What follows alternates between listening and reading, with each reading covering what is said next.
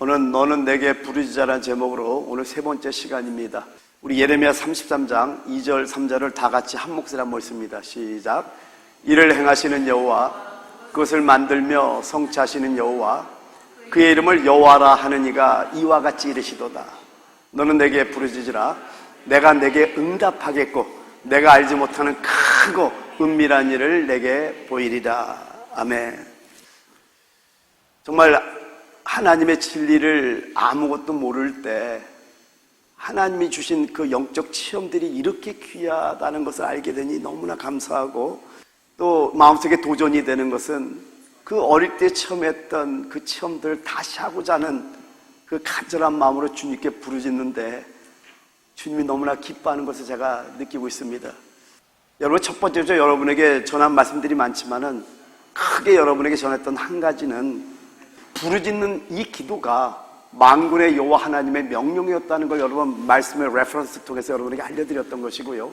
지난주에 여러분과 나눴던 것은 구약의 레퍼런스, 즉 성경 말씀을 통해서 믿음의 선조들이 부르짖으며 기도했다는 실증을 다 보여드릴 수는 없고 그 중에 중요한 몇 가지만 뽑아서 여러분에게 말씀을 드렸던 겁니다. 여러분, 구약의 성도님들 뿐만 아니라 주님의 이름을 부른 것이 신약의 성도님들도 주님의 이름을 불렀다라는 걸 여러분 아셔야 됩니다. 언제 시작됐죠? 오순절날부터 시작됐던 겁니다. 여러분, 오순절부터 시작해서 계속해서 신약의 모든 성도들이 주님의 이름을 부르는 실행을 해왔던 겁니다. 여러분, 사도행전 1장을 보게 되면은 우리 주님께서 내가 몇 날이 못 되어 너에게 아버지께서 약속한 성령을 부어주겠다는 약속을 하셨습니다. 그 말씀을 하시고 마지막 말씀으로 오직 성령이 너에게 임하시면 너희가 권능을 받고 예루살렘과 온 유대와 사마리아와 땅까지로 내 증인이 되리라는 말씀을 마치시고 제자들이 보는 가운데서 하늘로 들림받아 올라가셨던 겁니다. 여러분, 한번 상상해 보세요. 주님께서 들림받기 전에 40일 동안을 제자들과 함께 동행했던 겁니다. 그런데 성경에는 주님께서 부활하신 이후에 어디로 갔다라든가 왔다라는 말씀이 없어요. He just disappears. He just appears. 나타났다가 사라졌다가 나타났다가 사라졌다가 하면서 주님의 임재를 가르쳐줬던 겁니다. 만약에 한 번만 그런 사건이 있었으면 잊어버릴 수 있는데 40일 동안 계속해서 제자들에게 나타났다가 사라졌다가 사라졌다가 나타났다가 하면서 난 너희를 떠난 게 아니야. 난 너희 곁에 있어. 이거를 알려주시고 40일 동안 있다가 마지막 승천하기 전에 얘들아, 이제 알았지? 몇 날이 못해 내가 성령을 부어줄게. 그러니까 예루살렘을 떠나지 말고 기도해주면 안 되겠니? 그리고 마지막 말씀이 바로 오직 성령이 너에게 임하시면 너희가 권능을 받고 예루살렘과 온 유대와 사마리아와 땅까지로 내 증인이 된다는 말씀을 하시고 제자들이 보는 가운데서 하늘로 올라가셨던 겁니다. 여러분, 한번 제자들 입장에서 한번 생각해 보셔야 돼요. 주님이 올라가는 걸 바라봤다니까요. 근데 천사들이 말하잖아요. 왜 하늘을 쳐다보느냐? 너희 주님께서 하늘로 올라가신 그대로 오실 거라는 말씀을 했단 말이에요. 승천하신 주님의 명령을 따라서 우리 제자들은 열흘 동안 기도했던 겁니다. 그 결과로 여러분 놀라운 게 뭐세요? 부활하셨어요. 그리고 40일 동안 제자들과 있었어요. 왜 열흘을 갖다 기도하냐면은 오순절은 성령 강림에 대한 예표잖아요. 바로 그 오순절 날 열흘을 기도했더니 어떤 일이 벌어지냐면요, 사도행전 2장 1절부터 4절을 보게 되면은 오순절 날이 이밀이면 오순절날이라는 거예요. 그들이 다 같이 한 곳에 모였더니 호련히 하늘로부터 급하고 강한 바람 같은 소리가 있어 그들이 앉은 온 집에 가득하며 불의 같이 갈라지는 것이 저희에게 보여 각 사람 위에 임하였더니 저희가 다 성령의 충만함을 받고 성령이 말하게 하심을 따라 다른 방언으로 말하기를 시작하니라. 이 소리가 얼마나 컸냐면요, 이 소리를 듣고 천하 각국에서 온 경건한 유대인들이 큰 무리가 몰려왔다고 성경은 말씀합니다. 여러분, 그럼 여기서 우리가 생각해 봐야 될 게 뭐냐면 처음부터 이렇게 뜨거운 기도가 나왔던 건 아니잖아요. 왜냐하면 이 소리가 들렸다라는 것은 엄청난 역사가 이 안에 있었다라는 거예요. 그러니까 처음에는 구약의 방식을 따라 조금 주여 주여 하며 기도했겠죠. 근데 기도하면 기도할 성령의 능력이 여러분에게 임하는 걸 믿습니까? 그러니까 오순절날 그날 급하고 강한 바람 같은 소리가 휙휙 나는 거예요. 그리고 불의 같은 성령이 각 사람 머리에 막 임하 있는데 이들이 얼마나 크게 기도했냐면은 천하 각국에서 몰려온 경건한 유대인들이 이 소리를 듣고 뭐야 하면서 몰려왔다라는 겁니다. 이때 베드로가 요엘서 2장 28절에서 30절 그대로 예언된 말씀 그대로 인용해서 이 예언을 인용해서 지금 설교하는데 그것이 바로 사도행전 2장 16절부터 21절까지입니다. 한번 보죠. 이 사건이 그냥 있는 것이 아니라 이는 곧 선지자 요엘을 통하여 말씀하신 것이니 일렀으되 하나님이 말씀하시기를 말세에 내가 내용을 모든 육체에 부어주리니 너의 자녀들은 예언할 것이요 너의 젊은이들은 환상을 보고 너의 늙은이들은 꿈을 꾸리라. 그때 내가 내용을 내 남종과 여종들에게 부어주리니 그들이 예언할 것이요 또 내가 위로 하늘에서는 기사를 아래로 땅에서는 징조를 베풀리니 곧 피와 불과 연기로다. 주의 크고 영원한 날이 이르기 전에 해가 변하여 어두워지고 달이 변하여 피가 되리라. 누구든지 주의 이름을 부르는 자를 구원을 받으리라 하였느니라. 감동을 받고 설교한 것이 아니라 그대로 구약에 있는 그 예언된 요엘서의 말씀을 그대로 인용해서 그대로 지금 설교를 하고 있다는 겁니다. 그리고 연결해서 22절에 24절에 뭘 말씀하냐면요 이스라엘 사람들아 이 말을 들으라. 너희도 아는 바와 같이 하나님께서 나사렛 예수로 큰 권능과 기사와 표적을 너희 가운데서 베푸사 너희 앞에서 그를 증언하셨느니라. 그가 하나님께서 정하신 뜻과 미리 아신 대로 내준 바 되었거늘 너희가 법 없는 자들의 손을 빌려 못 박아 죽였으나 그리고 32절 하나님께서 그를 사망의 고통에서 풀어 살리셨으니 이는 그가 사망에 매여 있을 수 없었습니다. 지금 뭘 전하고 있어요? 예수 그리스도의 죽으심과 부활을 전하고 있다는 겁니다. 여러분 이게 우리가 전해야 될 말씀이에요. 우리는 주의 죽으심과 부활을 전하는 자들이 될지어다. 할렐루야. 그리고 그 32절에 이 예수를 하나님이 살리신지라 우리가 다 일의 증인이로다 말씀하고요. 33절 하나님의 오른손으로 예수를 높이심에 그가 약속하신 성령을 아버지께 받아서 너희가 보고 듣는 이것을 부어주셨느니라 라고 말씀하고 있다는 겁니다. 여러분 얼마나 담대합니까?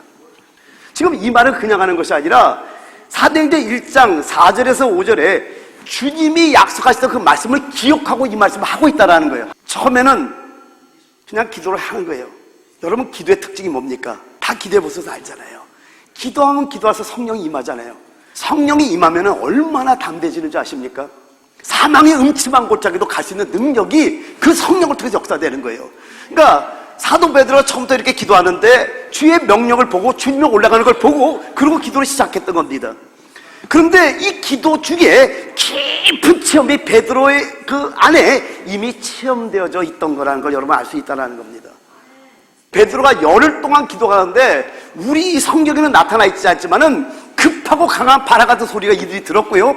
불의 여같이 갈라지게 눈에 보이면서 각 사람 위에 있는 걸 봤고요. 또 이 소리를 듣고 수많은 경건한 유대들이 몰려왔던 사건이 있더라는 겁니다. 그러면은 그 현장 안에 있던 베드로에게는 엄청난 체험이 그 안에 이미 있었다는 거 우리가 알 수 있다는 거. 그러니까 담대한 거예요.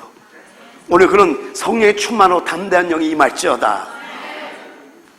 여러분 이렇게 간절히 주님의 이름을 부르며 기도하는 자에게 사도행전 2장 33절에 말씀하기를 하나님의 오른손으로 예수를 높이심에 그가 약속하신 성령을 아버지께 받아서 너희가 보고 듣는 이것을 부어주셨느니라 라고 말씀하듯이 약속하신 성령을 부어주신다는 것을 잊지 말기를 했으면 축원드립니다. 할렐루야. 이렇게 오순절 날 정말 주의 이름을 부르며 간절히 기도했는데 이 오순절 이후로 신약의 모든 믿는 자들은 주의 이름을 부르는 일을 실행했던 겁니다. 하나는 예를 몇 가지만 들어보죠. 여러분 사도행전 9장을 보게 되면은요, 그 사도 바울이 바울 되기 전 사울 때 위협과 살기가 등등해갖고 담에색으로 지금 예수의 이름을 부르는 자들, 그 도를 따른 자를 결박해서 예루살렘을 끌어오라고 살기가 위협해서 등등해서 가고 있었습니다. 근데 하늘에 빛이 쫙 내려비칩니다. 그래서 음성이 들립니다. 사울아 사울아, 네가 어찌하여 나를 핍박하느냐. 주여 니시오니까 나는 네가 핍박하는 예수라. 그 말을 듣고 사도 바울은 3일 동안 금식하며 기도합니다. 근데 바울에게만 응답한 것이 아니라 저 다메섹에 있는 아나니아라는 형제에게도 주님이 또 찾아갑니다. 근데 그 아나니아라는 형제는 그 성경에서 딱 사도행전 9장에 한 번 딱 나오고 맙니다.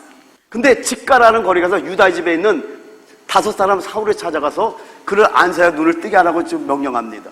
그때 아나니아가 뭐라고 말하냐면요, 사도행전 9장 13절 14절에 말씀하기를 아나니아가 대답하되 주여 이 사람에 대하여 내가 여러 사람에게 듣사온즉 그가 예루살렘에서 주의 성도에게 적잖은 해를 끼쳤다 하더니 여기서도 주의 이름을 뭐라고요?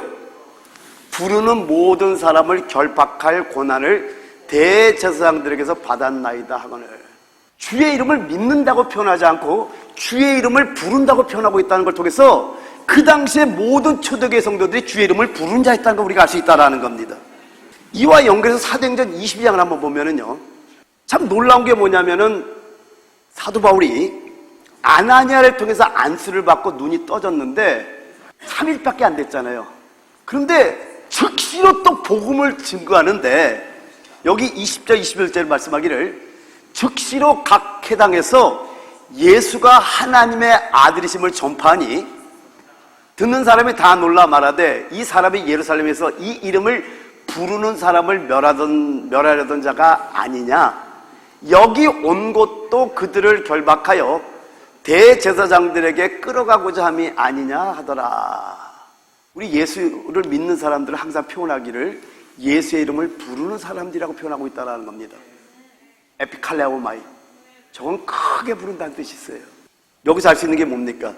초대교회 모든 성도님들이 예수의 이름을 부르는 자들이었다는 겁니다. 제가 이것과 연결해서 사도행전 22장을 보는데 제가 두 말씀을 연결해서 한번 보려고 하는데요, 사도행전 22장 16절에 말씀하기를 이제는 왜 주저하느냐, 일어나 주의 이름을 불러 세례를 받고 너의 죄를 씻으라 하더라. 이 아나니아 형제가 했던 말을 간증하는 건데 바울이 그 전에 사도행전 2장 38절을 보게 되면은요, 베드로가 이르되 너희가 회개하여 각각 예수 그리스도의 이름으로 세례를 받고 죄사함을 받으라. 그리하면 성령의 선물을 받으니라고 하는데 여러분 한번 봐봐요. 여러분 제사함이라는 단어는요, The forgiveness of sins가 죄사함입니다. The forgiveness of sin 하면 잘못된 말이에요. 한 단어도 없어요. 죄들의, 정확하게 죄들의 사함이 맞지 죄사함이라는 단어는 없습니다. 우리 그 한국말에는 단수 복수가 없잖아요. 있긴 있는데 잘 사용을 하지 않잖아요. 그러니까 그냥 죄들의 사함도 죄사함 이렇게 표현하지만은 원문대로 보면은요, 죄들의 사함이 정확한 말입니다. 그러면 죄와 죄들을 어떻게 구분할 수 있냐면은요, 죄는 하나의 어떤 생명과 같은 거예요. 죄들은 열매와 같은 겁니다. 예를 들면은 나무가 있다면은요, 나무에 뿌리가 있죠. 요거는 바로 씬, 죄와 같은 거예요. 근데 이 나무가 자라서 많은 열매들을 맺죠. 예를 들면 미움, 시기, 질투, 혈기 많이 있겠죠. 요 열매들 하나 둘 셀 수 있잖아요. 요걸 죄들이라고 하는 거예요. 그러니까 죄들은 뭘로 사함받냐면은 예수 그리스도의 보혈의 피로 사함받는 거예요. 아멘. 그럼 죄는 십자가에서 완전히 끝나야 되는, 죽는 겁니다. 그래서 우리가 십자가에 올라가야 되는 거예요. 아시겠죠? 그러니까 죄는 십자가와 연결되고 죄들은 예수 그리스도의 보혈과 연결되는데, 지금 여기 성경을 한번 잘 보면은요, 베드로의 첫 번째 설교에서 너희가 회개하여 각각 예수 그리스도의 이름으로 세례를 받고 죄사함을 받으라고 말해요. 여러분, 세례가 죄를 용서합니까? 근데 그렇게 설교하고 있다라는 거예요. 그럼 여기는 무슨 의미가 있다라는 거예요. 그리고 그 현장으로 한번 가보셔야 돼요. 예를 들면 마태복음 3장에 보면은 예수께서 요단강에서 자기를 장사질 하잖아요. 침례를 받잖아요. 그죠?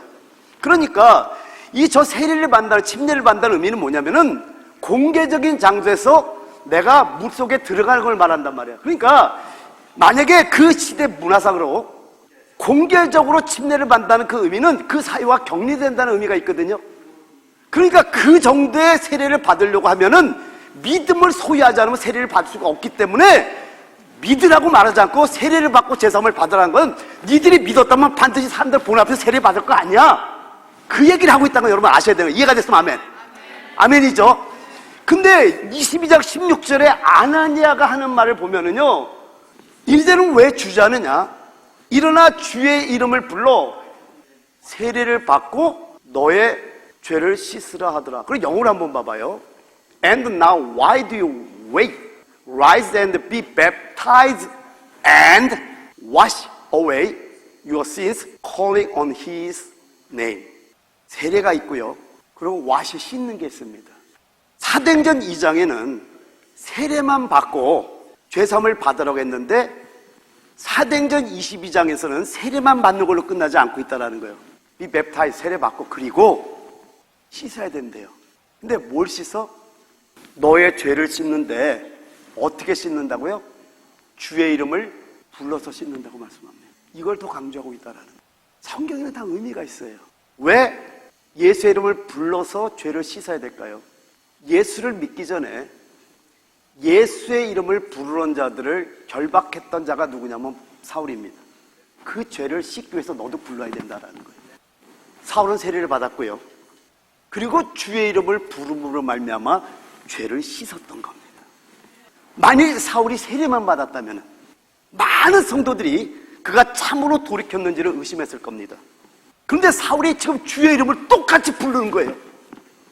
그렇게 이름을 불렀을 때 핍박받은 성도들은 자기들을 핍박하던 자가 자기들 중에 한 명이 되었음을 볼 수 있었던 거예요. 할렐루야. 좀 이해가 됩니까? 그래서 그냥 한나로 끝내는 거예요. be baptized로 끝나는 것이 아니라 and wash away your sins, calling on His name. 이름을 부르므로 말미암아 죄를 씻어야 된다고 말씀하고 있다는 거예요. 이렇게 주의 이름을 부르고 회심하고 난 다음에 이제 바울이 서신서를 쫙 쓰잖아요. 근데 로마서를 쓰는데 여기서도 주의 이름을 부르는 걸 강조하기 시작합니다. 로마서 10장 9절에서 13절을 보게 되면요, 네가 만일 내 입으로 예수를 주로 시인하며 또 하나님께서 그를 죽은 자 가운데서 살리신 것을 내 마음에 믿으면 구원을 받으리라. 사람이 마음으로 믿어 의에 이르고 입으로 시인하여 구원에 이르느니라. 여기 시인한다는 단어가 호모로게라는 단어를 쓰는데요, 이 단어는 두 단어의 합성어입니다. 호모라는 단어와 로게라는 단어의 합성어예요. 호모는 동질, 하나라는 뜻이에요. 동성연애, 호모라 그러잖아요. 호모섹슈얼리티, 그죠? 동질 하나라는 뜻이에요. 로게어는 말한다는 뜻이에요. 그럼 이 두 개를 합치면 시인한다는 단어는 하나 돼서 말한다는 뜻이에요. 자, 무슨 얘기냐면 바로 이겁니다. 마음으로 믿으면 구원 받죠. 영원한 생명 얻죠. 맞죠? 근데 저 시인한다는 단어는 예를 들면 여러분이 정말 사랑하는 사람이 한 번 있다고 치죠. 특히 연애할 때 남녀 관계를 한번 생각해 보시기 바랍니다. 내가 볼 때는 전혀 예쁘지 않아. 근데 그 사랑에 빠진 애는요, 매일 잠자는 사람까지 깨워갖고 축구 못 산다고 계속 얘기를 하는 거야. 그만 입을 쳐도 얘기를 해. 좀 들어봐, 우리 그 애인. 그런 뜻이에요. 너무 사랑하면은 자랑할 수밖에 없잖아요. 저는요, 우리 교회 성도들을 자랑합니다. 우리 교회 한 분 한 분이 얼마나 귀한지 저한테 아세요? 지금 여러분들은요, 제 생명같이 귀한 분들이에요. 할렐루야. 그러니까 어디를 가든지 여러분을 자랑하게 되는 거예요. 마찬가지로 여러분 예수 사랑하십니까? 그러면 저거는 율법적으로 입으로 시인해야 돼. 나 예수 믿습니다. 이 얘기를 하라는 의미가 아니라 내가 너무너무 주님을 사랑하고 만났기 때문에 건드리면 나오는 게 예수예요. 힘은 예수. 왜? 너무 사랑하니까 자연스럽게 나오는 걸 말하는 것이지 율법적으로 예수를 입으로 고백해야지 그건 맞습니다. 틀린 말은 아니에요. 그러나 저기에 의미는 그 정도가 아니라 내가 너무나 주님을 사랑하기 때문에 고백한다라는 거예요. 여러분, 그래서 초대교회 분위기를 보면은요, 마음으로 믿으면 의에 이른다니까, 영생이 있다니까요. 그러나 세계를 제패했던 로마 장군들이 예수를 믿는다는 것 때문에 마음으로만 믿었으면 안 걸리잖아요. 그러나 그들은 예수 믿는 걸 숨기지 않았습니다. 그래서 화형에 태움을 당해 죽임을 당하고 3, 4일 굶는 사자굴에 던져서 팔다리가 찢어지면서 죽임을 당하는데도 예수를 부인하지 않았다는 걸 여러분 깨달으시기 바랍니다. 그런 의미가 이 속에 있다는 거예요. 연결했어요. 자, 11절. 성경이 이르되 누구든지 그를 믿는 자는 부끄러움을 당하지 아니라 하니 유대인이나 헬라인이나 차별이 없습니다. 한 분씩 주께서 모든 사람의 주가 되사 그를 부르는 모든 사람에게 부여하시도다. 여러분 정말 부르짖는 기도 하잖아요. 여러분이 부자임을 깨닫습니다. 여러분 요한계시록 2장 9절에 보면 서머라교에 이런 말 하잖아요. 내가 내 환난과 궁핍을 하는 실상은 내가 부여한 자니라. 여러분 환난과 궁핍이 우리에게 정말 필요할 때가 많은 거 아세요? 왜냐면은요 환난과 궁핍은 우리의 생명을 시험하는 도구가 되는 거예요. 여러분 사망이 있어야 부활의 생명을 나타낼 수 있다니까요. 근데 환난에 딱 집어넣어 보면은요 여러분이 생명이 있는지 없는지를 알 수 있게 되는 게 환난과 궁핍이라는 겁니다. 근데 선문하게 그 고난받는 교회에게 주님이 하신 말씀이 뭐예요? 너희가 진짜 부자야, 이걸 말씀해 주잖아요. 마찬가지로 우리 바울이 말하기를 정말 주의 이름을 부르게 되면 기쁨으로 간절히 주의 이름을 부르면 부유한 자가 된다고 약속하고 있다는 거예요. 근데 이 말을 왜 하냐면요 그냥 하는 것이 아니라 그리고 13절에 놀라운 말씀을 하고 있다는 거예요. 다 같이 시작. 누구든지 주의 이름을 부르는 자는 구원을 받으리라. 요엘서 2장의 말씀을 그대로 인용하고 말씀하고 있다는 거예요. 자, 여러분 많은 성도들이 요엘서 2장 28절 29절 잘 압니다. 우리 주님께서 말씀에 성령을 부어주시겠다는 걸 대부분 신앙생활 분들 알아요. 근데 연결해서 누구든지 주의 이름을 부르는 자는 구원을 받는다가 거기에 써 있다는 걸 아는 분들이 많지가 않은 걸 제가 발견하게 된 거예요. 여러분 이 말은 뭐냐면은 성령의 부어짐을 받기 위해서는요 주의 이름을 불러야 된다는 겁니다. 근데 사도 바울이 로마서에 주의 이름을 부르는 걸 강조하면서 요엘서의 말씀을 그대로 인용해서 지금 말하고 있다는 걸 여러분이 아셔야 된다는 겁니다. 할렐루야. 고린도전서에서도요 주님의 이름을 부르는 걸 강조하고 있다는 걸 우리가 볼 수 있다는 겁니다. 고린도전서 1장 2절에 말씀하기를 고린도에 있는 하나님의 교회 곧 그리스도 예수 안에서 거룩하여지고 성도라 부르심을 받은 자들과 또 각처에서 우리의 주 곧 그들과 우리의 주 대신 예수 그리스도의 이름을 부르는 모든 자들에게. 여러분 이렇게 고백하는 이유가 있습니다. 일단은 본인이 예수 이름을 부르는 자들 결박한 것도 있겠지만은요 이제 예수를 만나고 여러분 생각을 해보세요. 하늘이 열려갖고 빛이 임해가지고 주의 음성을 들었어요. 이 사도 바울은 뭔가를 깨달은 거야. 그러니까 서신서 쓸 때 자기가 체험한 거기 때문에 쓰지 체험하지 않은 걸 쓸 수가 없는 겁니다. 여기서 끝나는 게 디모데 후서에도 보면은요 디모데 후서 2장 25절에 말씀하기를 또한 너는 청년의 정욕을 피하고 주를 깨끗한 마음으로 부르는 자들과 함께 의와 믿음과 사랑과 화평을 따르라라고 말씀합니다. 지금 여러분이 누구와 함께 있는지를 여러분 아셔야 돼요. 깨끗한 마음으로 부르는 자들과 함께 의와 믿음과 사랑과 화평을 따르라는 것은 그 주의 이름을 부르는 자들에게 의가 있다라는 거예요. 믿음이 있다라는 거예요. 사랑이 있다라는 거예요. 화평이 있다라는 거예요. 이 모든 구절들은요 초대교회 모든 성도님들이 주의 이름을 부르는 것을 널리 실행했음을 우리 알 수 있게 해주는 겁니다. 구약에서뿐만 아니라 초대교회 때도 모든 성도들이 주의 이름을 불렀던 겁니다. 그러나 너무 안타까운 것은 오랜 세월 동안 대부분의 믿는 이들에 의해서 이게 무시되어 왔다라는 게 사실입니다. 오늘 마지막으로 이사야서 12장 2절부터 6절 한번 같이 한번 읽어봅시다. 보라, 하나님은 나의 구원이시라. 내가 신뢰하고 두려움이 없으리니 주 여호와는 나의 힘이시며 나의 노래시며 나의 구원이심이라. 그러므로 너희가 기쁨으로 구원의 우물들에서 물을 기르리로다. 그날에 너희가 또 말하기를 여호와께 감사하라. 그의 이름을 부르며 그의 행하심을 만국 중에 선포하며 그의 이름이 높다 하라. 여호와를 찬송할 것은 극히 아름다운 일을 하셨음이니 이를 온 땅에 알게 할지어다. 시온의 주민아 소리 높여 부르라. 이스라엘의 거룩하신 이가 너희 중에 크심이니라 할 것이니라. 하나하나 보죠. 2절을 보면은요 보라, 하나님은 나의 구원이시라. 내가 신뢰하고 두려움이 없으리니 주 여호와는 나의 힘이시며 나의 노래시며 나의 구원이심이라. 여러분 하나님이 여러분의 구원이심을 믿습니까? 하나님이 여러분의 힘이심을 믿습니까?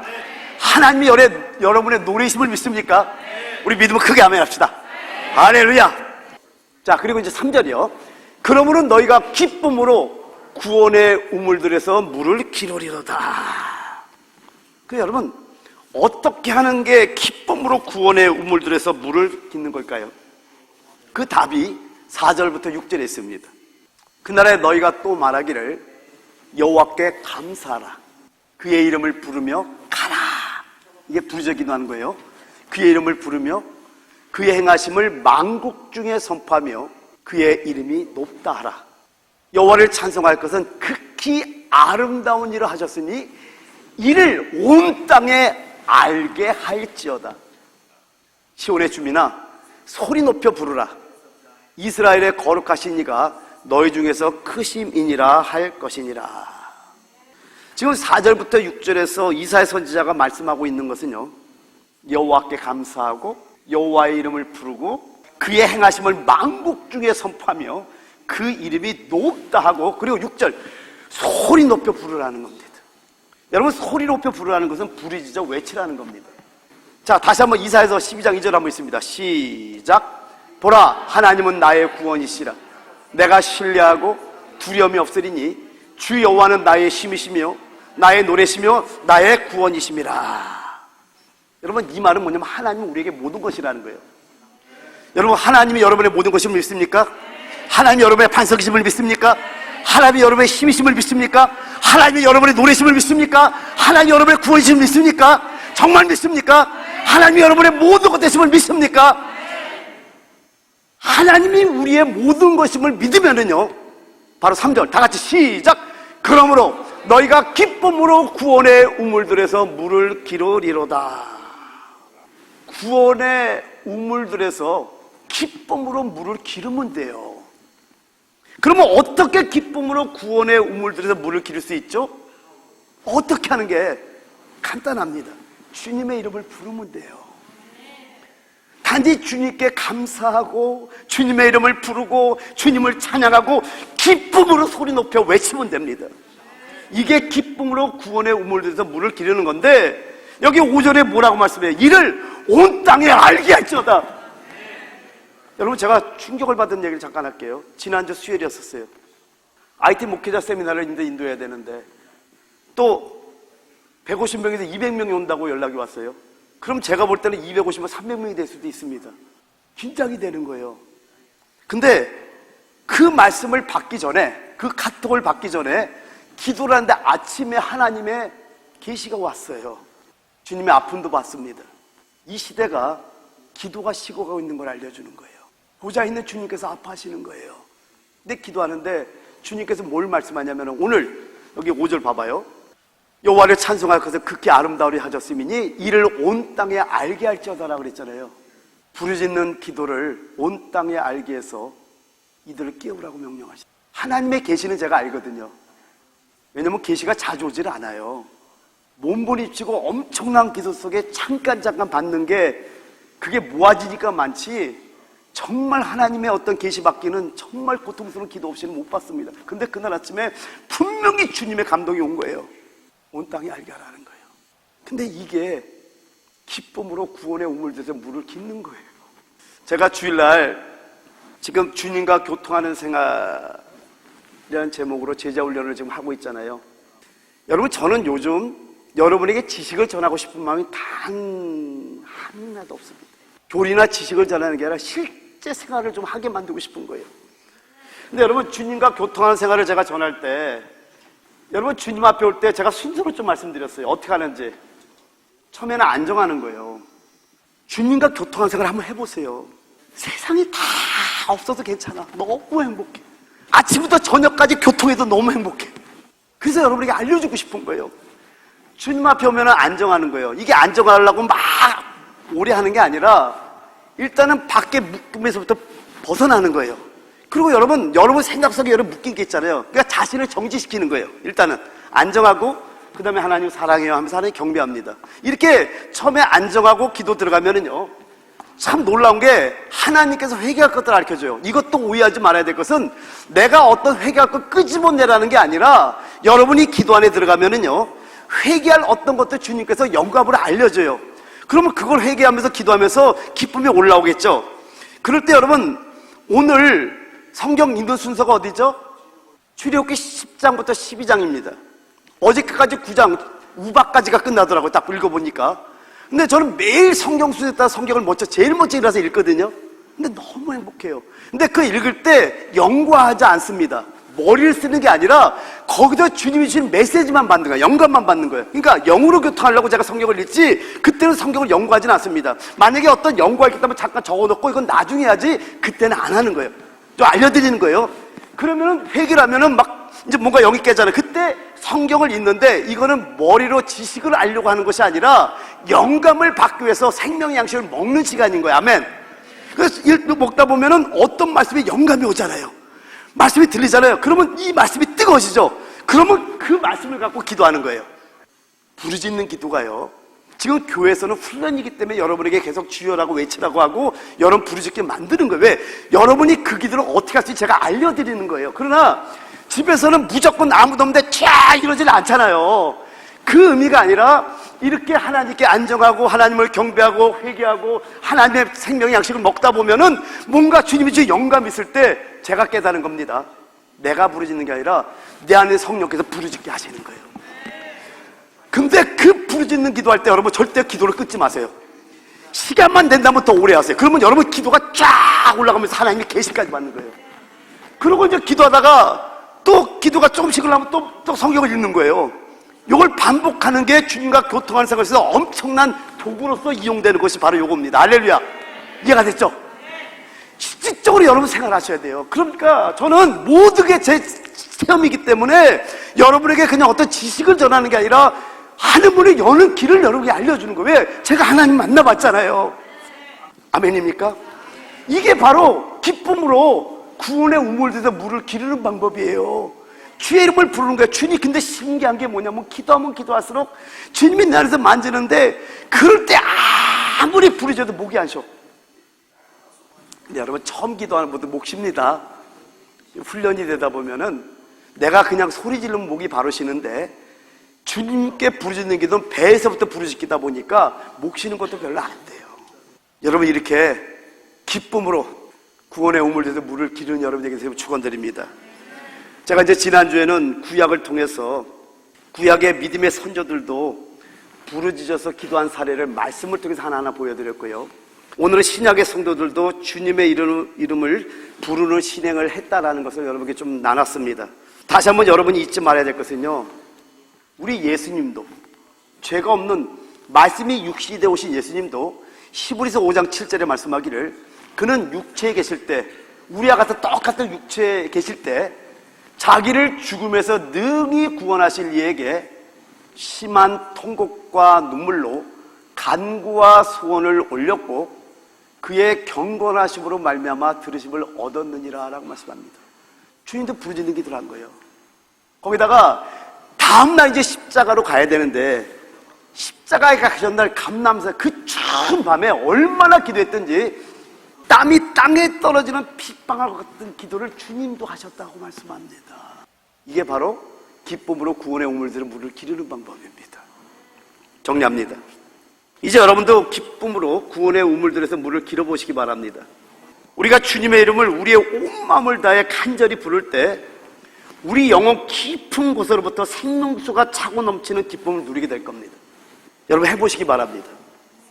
여러분이 해보면 분명히 알 텐데 엄청난 기쁨과 시원한 생수의 맛을 누리게 될 줄 믿습니다.